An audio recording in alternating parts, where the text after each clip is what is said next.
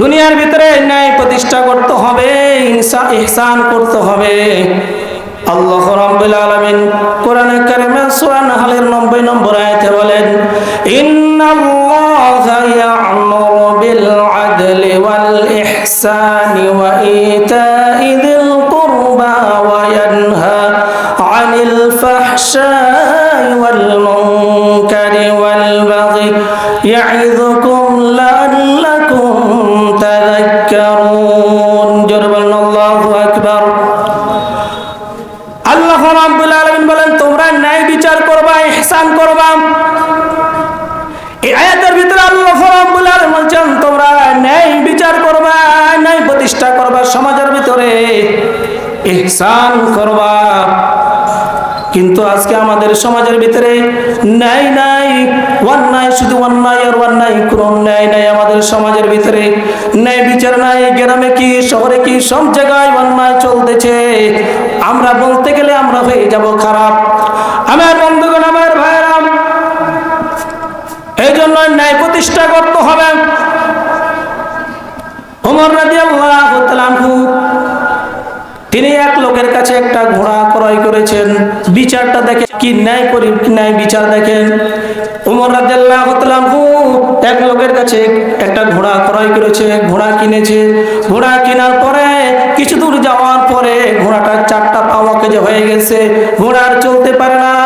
ওমর রাদিয়াল্লাহু তাআলা আনহু ঘোড়াওয়ালার কাছে এসে বলছে, ও ঘোড়াওয়ালা, তুমি আমাকে কেমন ঘোড়া দিলে, তার 4টা পা অকেজো হয়ে গেছে, সুতরাং তুমি তোমার ঘোড়া ফেরত নাও, আমার টাকা আমাকে ফেরত দাও।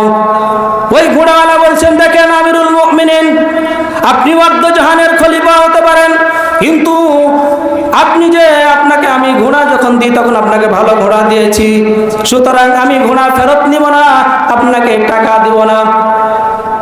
ওমর রাদিয়াল্লাহু তাআলা আনহু এবং ঘোড়াওয়ালার মধ্যে বাকবিতন্ড শুরু হয়ে গেল। এখন বলছে, তাইলে আমরা কি করব? চলো যে আমরা আদালতে যাই। দুইজন মিলে ওমর রাদিয়াল্লাহু তাআলা আনহু এবং ওই ঘোড়াওয়ালা চলে গেলেন আদালতের ভিতরে।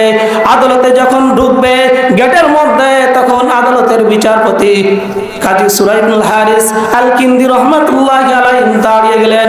সঙ্গে সঙ্গে দেখতে পাচ্ছে রাষ্ট্রপ্রধান এসেছে। ওমর রাদিয়াল্লাহু তাআলা আনহু দাঁড়িয়ে গেলেন। দাঁড়িয়ে যে বলছেন, আমিরুল মুমিনিন, আপনি কি জন্য আদালতে এসেছেন? আপনি আমাকে খবর দিলে আমি চলে আসতাম। ওমর রাদিয়াল্লাহু তাআলা বলছেন, ও বিচারপতি শুনো, আমি এই লোকের কাছ থেকে একটা ঘোড়া ক্রয় করেছিলাম, কিন্তু ঘোড়া ক্রয় করার পরে কিছু দূর যাওয়ার পরে 4টি পা অকেজো হয়ে গেছে। এখন তাকে আমি বলতেছি ঘোড়াটা নিয়ে নাও, টাকাটা আমাকে ফেরত দাও, কিন্তু সে নিবে না। বিচারটা একটা করে দাও। বিচারপতি তখন বলতেছেন, আমিরুল মুমিনিন, আপনি আমারও খলিফা, ওয়াদ্দজাহানের খলিফা, সুতরাং আজকে যে বিচার হবে, বিচারের রায় কিন্তু আপনার পক্ষে যাবে না, ওই ঘোড়াওয়ালার পক্ষে যাবে। কারণ আপনি যে এখন সুস্থ আছি, 10 মিনিট পরে সুস্থ থাকতে পারবো, এর গ্যারান্টি দিতে পারবো নাকি? আমি যে এখন কথা বলতেছি, এখান থেকে আমি উঠে বাড়ি যেতে পারবো, এর একটা কোনো গ্যারান্টি দিতে পারবো না। সুতরাং আপনি যে তাকে, যখন আপনাকে ঘোড়া দিয়েছে, সুস্থ ঘোড়া দিয়েছে, আপনার অধীনে এসে ঘোড়াটা অসুস্থ হয়ে গেছে, সুতরাং ঘোড়াটা আপনার কাছে থাকবে, টাকাটা তার কাছে থেকে যাবে। ওমর রাদিয়াল্লাহু তাআলা আনহু রাষ্ট্রপ্রধান, তিনি কোনো কিছু কর্তৃত্ব, ক্ষমতা, পাওয়ার না খাটিয়ে মাথাটা নিচের দিক থেকে আদালত চত্বর থেকে বের হয়ে গেলেন, চলে গেলেন বাসায়। পরের দিন সমস্ত মন্ত্রী এমপিদেরকে ডাক দিয়ে বলছেন, ও সব আমার মন্ত্রী এমপিরা এদিকে আসো। গতকালকে একজন বিচারপতি আমার বিরুদ্ধে রায় দিয়েছে, সঠিক বিচার করেছেন, ও একটা আঞ্চলিক কাজের দায়িত্ব পালন করে, সুতরাং আমার বিরুদ্ধে ন্যায় বিচার করেছে, সুতরাং আমি তাকে আঞ্চলিক বিচারপতির দায়িত্ব না, আমি তাকে সারা দেশের চিফ জাস্টিস বানিয়ে দিলাম। জোরে বলেন সুবহানাল্লাহ।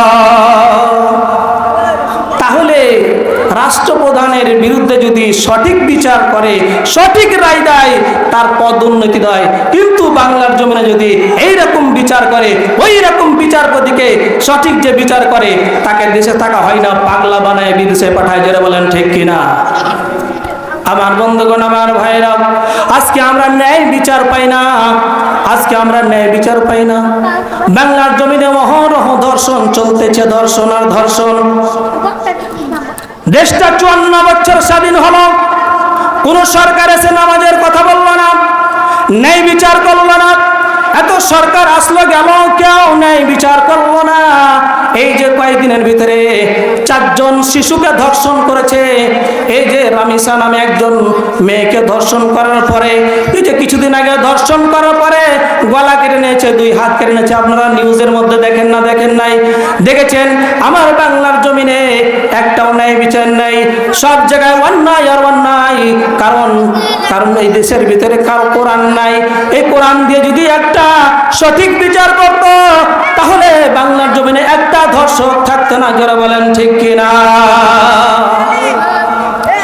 কিন্তু বাংলার জমিনে একটাও ন্যায় বিচার হয় না। আমার বন্ধুগণ, আমার ভাইরা, আমাদের প্রধানমন্ত্রী যখন তারেক রহমান আছেন, তিনাকে আমি মাহফিল থেকে জানাইতে চাই, আপনি আমাদেরকে আশ্বাস দিয়েছেন যে 1 মাসের ভিতরে ধর্ষকের বিচার হবে। আপনাকে ধন্যবাদ জানাই যে আপনি বলেছেন 1 মাসের ভিতরে আপনি মৃত্যুদণ্ড দিবেন। যদি 1 মাসের ভিতরে আপনি মৃত্যুদণ্ড দিতে পারেন, তাহলে আমরা বুঝবো আপনি একজন ন্যায় বিচার সরকার। সুতরাং আপনার কাছে আমরা অনুরোধ করব যে আপনি ন্যায় বিচার করবেন। একজনকে যদি বাইতুল মুকাররমের সামনে যদি তাকে মৃত্যুদণ্ড দেওয়া হয়, সমস্ত ধর্ষকগুলো ভালো হয়ে যাবে।